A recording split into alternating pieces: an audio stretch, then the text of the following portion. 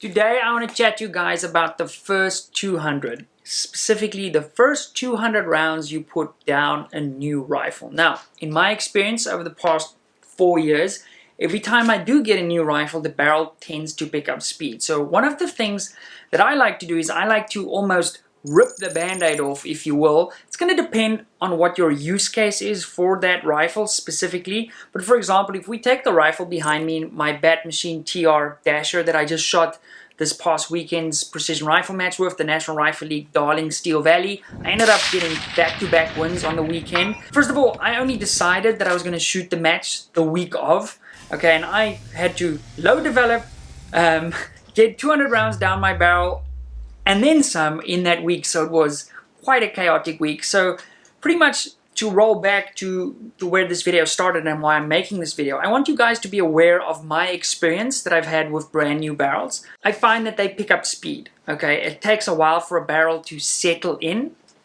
Now, I've done videos before as to how I like to break in my barrels, okay, my process. You can click up here if you haven't watched that video. I'm going to do my best to remember to link that for you up there. So after I do that, I pretty much do a very sort of thumb suck level low development. Now, in my case with the Dasher, pretty much everything I put in there was shooting, you know, sub half MOA comfortably. So that was really cool. In some cases, you might have to do that over multiple range strips. Then what I try and do is I load everything up.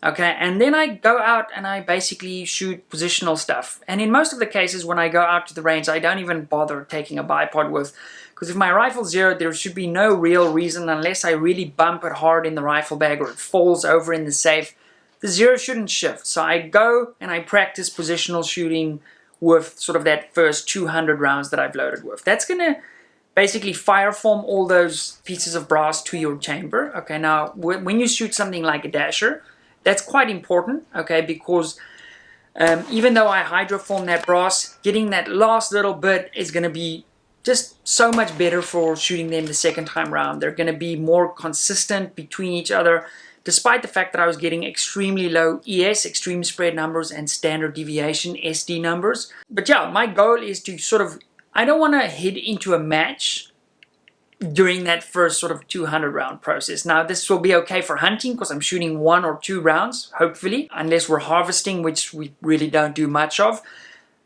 I don't have to be concerned if it was a hunting rifle, for example, with that first 200, because I'm not going to pick up, 50 feet per second during a hunt. Now, this might happen to you in a match. Now, it's been my experience over the past, as I said, that my barrels tend to pick up speed. Despite me cleaning them throughout that first sort of 200, I generally clean every 50 during that first 200, and I'll take speed. So, for example, I started with the 105 custom comps that I'm shooting at the moment. By the way, we can still get primers and things here in SA. I picked up another 2,000 small rifle primers this morning. So, I know you guys in the States are bleeding components-wise and things are really difficult to come by, but for the guys in South Africa, I guarantee you that that shortage will come here. It's not here yet.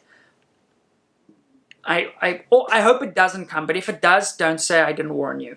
Is this thing auto-focusing? Okay, it is. Whew, my eyes are, I'm basically looking into the sun here.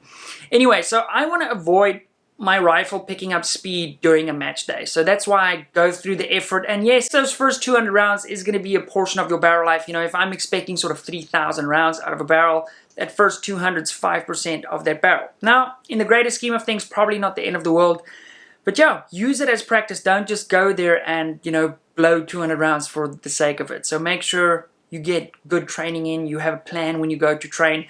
And then that really should avoid you from having to deal with, a trajectory change because your barrel is picking up speed. So a little perspective, in the beginning of this rifle's life, I shot the 105 custom comps at 2,707 feet per second. This morning when I chronoed them, so this is after the 200, this is after another 130 during the match. I have cleaned it since then.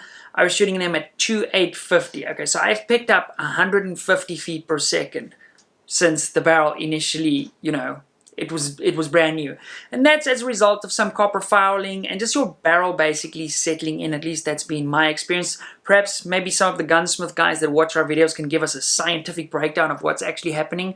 But avoid that and be aware of that you don't go into a match and then all of a sudden, you know, 5-6 stages in, you're shooting over the top because your rifle's picking up speed.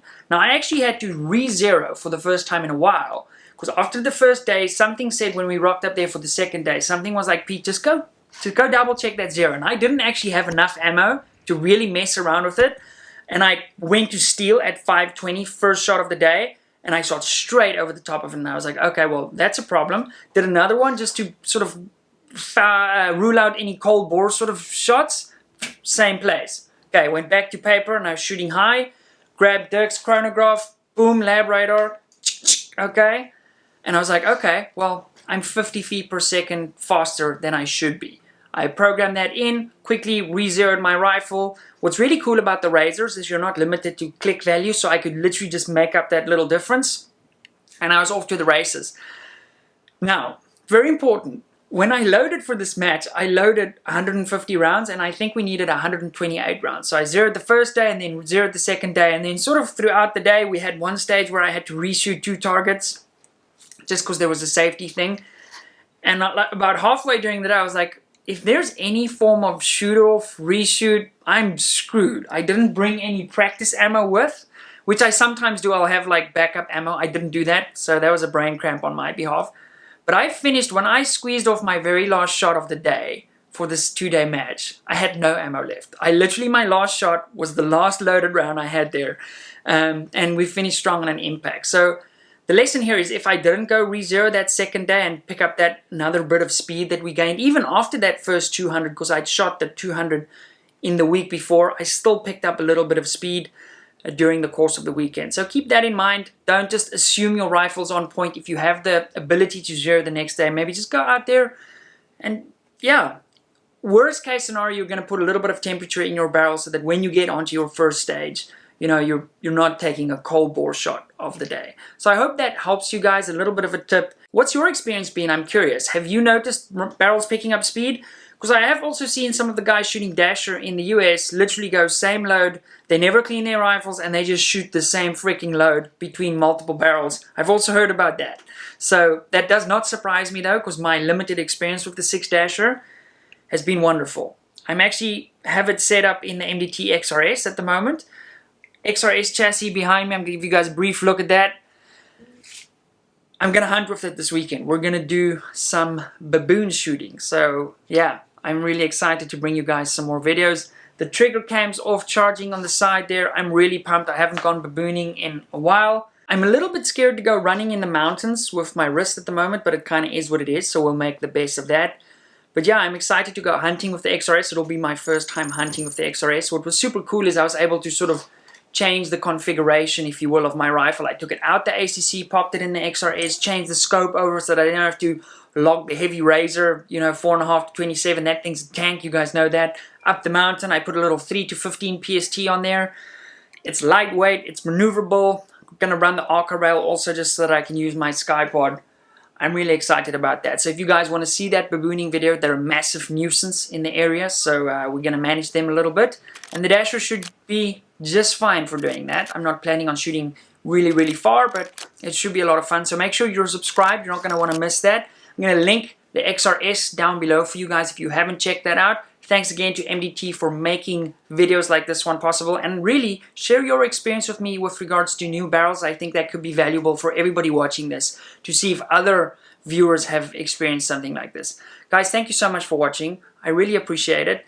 My hand is doing so much better. I was at the hand specialist this morning. We're making great progress. I have some pain as a result of shooting last weekend's match. But as the saying goes, no pain, no gain, right? Anyway, God bless every single one of you. Bye.